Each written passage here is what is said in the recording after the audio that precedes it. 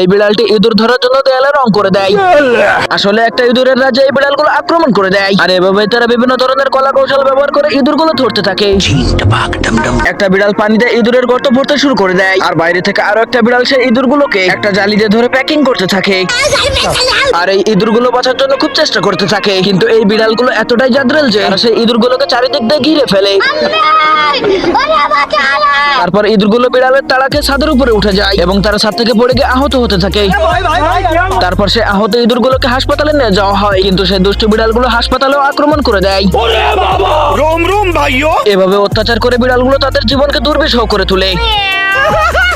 আর এভাবে ইঁদুরগুলো যখন কঠিন বিপদের মধ্যে ছিল, তখন একটা ইঁদুর প্রচুর পরিমাণে খাবার খেতে শুরু করে দেয়। আর একটা সময় সে সুপারম্যান ইঁদুর হয়ে বেরিয়ে আসে, सिस्टम पार देंगे। আর সে ইঁদুরগুলোকে বিড়ালের হাত থেকে বাঁচাতে থাকে। আর বিড়ালগুলো তাকে মারার জন্য খুব চেষ্টা করে, কিন্তু সুপারম্যান ইঁদুরটা এতটাই শক্তিশালী ছিল যে বিড়ালগুলোকে সে একাই কুপকাত করে ফেলে। এরপর সে বিড়ালগুলোকে একাই ধরাশয় করে ফেলে, আর বিড়ালগুলোকে মেরে সে চাঁদের দেশে পাঠিয়ে দেয় এবং সে ইঁদুরদের সুপারম্যান হয়ে যায়। আমার আসল পরিচয় পাইলে তুই খারায় মুইতা দিবি।